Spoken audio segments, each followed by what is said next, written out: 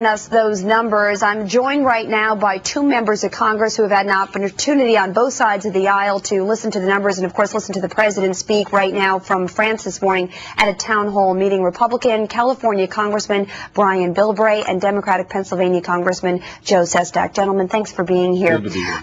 Congressman Bilbray, let me start with you, because what we saw in the weekly jobless claims is that one of the hardest hit places, particularly in terms of the unemployment rate, is California.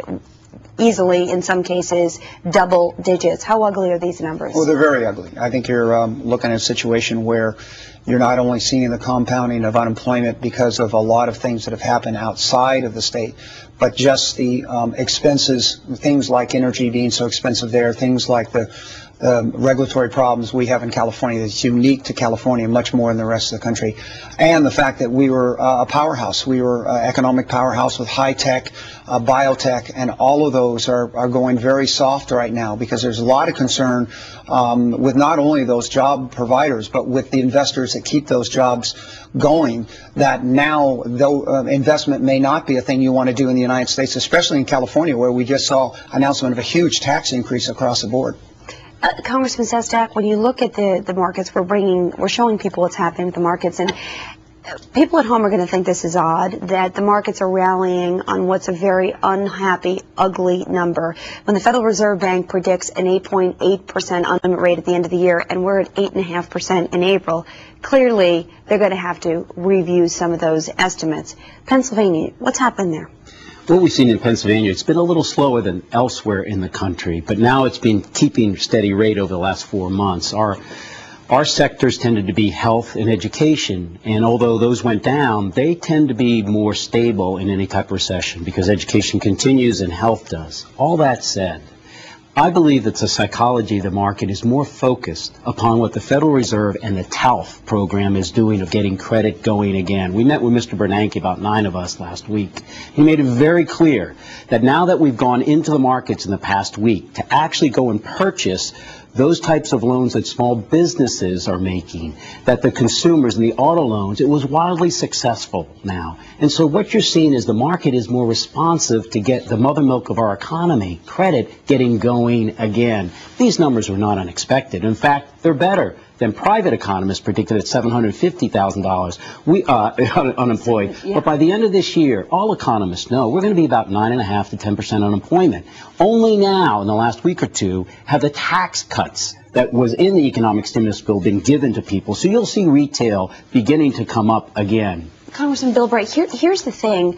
We passed, or you passed, I didn't have anything to do with it actually, a $787 billion stimulus bill. And the concept behind this was that it was going to create or save upwards of 3 million jobs. We've lost 5.1 million thus far. How crucial is it for you to get the funds in your state right away to be used toward either infrastructure or the creation of jobs in healthcare, education, things that we've been talking about? Well, there are some of the stuff like infrastructure for transportation that can work, can be front-loaded right now. But there's so much with the so-called stimulus package that had other agendas in there. And I think there was a lack of credibility because it looked like it was spelling out. I think most of us will agree that at least 20% of that bill was items that can be put online within the next 24 months, like construction of roads and freeways and that stuff. But I think the biggest concern that other people are watching that with one point, but the investors are also looking at concepts of increasing the taxes on investment and looking at hyperinflation coming down the road. You got to remember, we're spending this and committing this money, but there's nobody even talking about how we're ever going to pay it back. So investors and the market is watching that other thing, that the train at the the light at the end of the tunnel may be a train called hyperinflation, and we haven't even talked about that future yet. The other thing, though, Congressman Sestak, is there are plenty of people who say that the other danger here is that if we continue to lose jobs at the rate that we are losing jobs right now, we actually may have a deflation problem a year or two from now as opposed to an inflation issue. I know that's something that the Fed chair is very much concerned about because we're just not sure that we can recreate these jobs as quickly as they're being lost. You're absolutely right. That is a longer concern. The more immediate concern is, though, can you stop people from being laid off? This economic stimulus plan was a misnomer. It was really about stopping the hemorrhaging of jobs, slowing it down. because most of the money was intended to go to the governors and to municipalities to say, don't lay off your teachers. We're going to pay you Medicaid so you can give your bills, pay your bills to hospitals so they aren't laying off nurses. That's step number one. However, it's later on when the construction companies get their money to begin the infrastructure, start to recreate jobs. Now, the key issue is, can you slow it down to that 9.5 to 10% and not let it go to 11% where a depression begins, and then the Fed can raise interest rates to help us stop any types of deflation issues? Here's my concern. I heard both of you mention small businesses. Okay. The Federal Reserve and the Treasury come out with a $15 billion plan to go out there through the TALF program and purchase small business loans. All the smaller institutions who could participate in it said, I don't want to participate in this because if I participate in it, oh, by the way, I have to give preferred shares away to the government. I have to face executive compensation guidelines. If you're Signature Bank, why not just maintain your current portfolio of small business loans and just oversee the portfolio?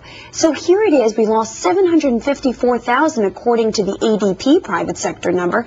Are we really addressing the true job growth here, which is small businesses, which represent 70% of the job growth in this country? Absolutely. And when you talk about, the problem is, I don't mean to hit on this, but when you talk about so-called tax increases on the wealthy, the over 250,000, you forget that's where the small businesses are, and they've got to be able to separate these things. If they want to go after the independently wealthy individual, that's one thing, but don't hit the small business where 80% of the job growth is, and that's really scary. I mean, you're really seeing people say, look, I've seen the way Washington handles these programs. I would be better off not to have anything to do with it. And the people that have skin in the game, the small businesses, the people that actually lend to small businesses, they're the ones that are most concerned about these theories that we're developing in Washington. Congressman Sestak. The economic stimulus bill had $30 billion of it, of tax credits for small businesses. And just 2 weeks ago, because the 7A and the 504 Small Business Administration lending had gone from $20 billion down to $10 billion, the Federal Reserve and the Treasury Department said, we're now going to put an additional $10 billion out there to recreate it to coming up by having no subsidies for small businesses to get these types of loans. And in fact, actually guaranteeing them up to 90%. In fact, in the economic stimulus bill, we said 75% of your capital gains small businesses, you don't even have to pay. And you can write off your losses, not just back to the last 2 years, last 5 years. So you saying what we've done is good enough? No. Okay. I'd be more aggressive and even more bold. I was going to get a little nervous there, Congressman. The problem right now is, look, the first economic stimulus bill I voted for was in September for $60 billion. It failed to get through Congress. Then we tried again later in November, December.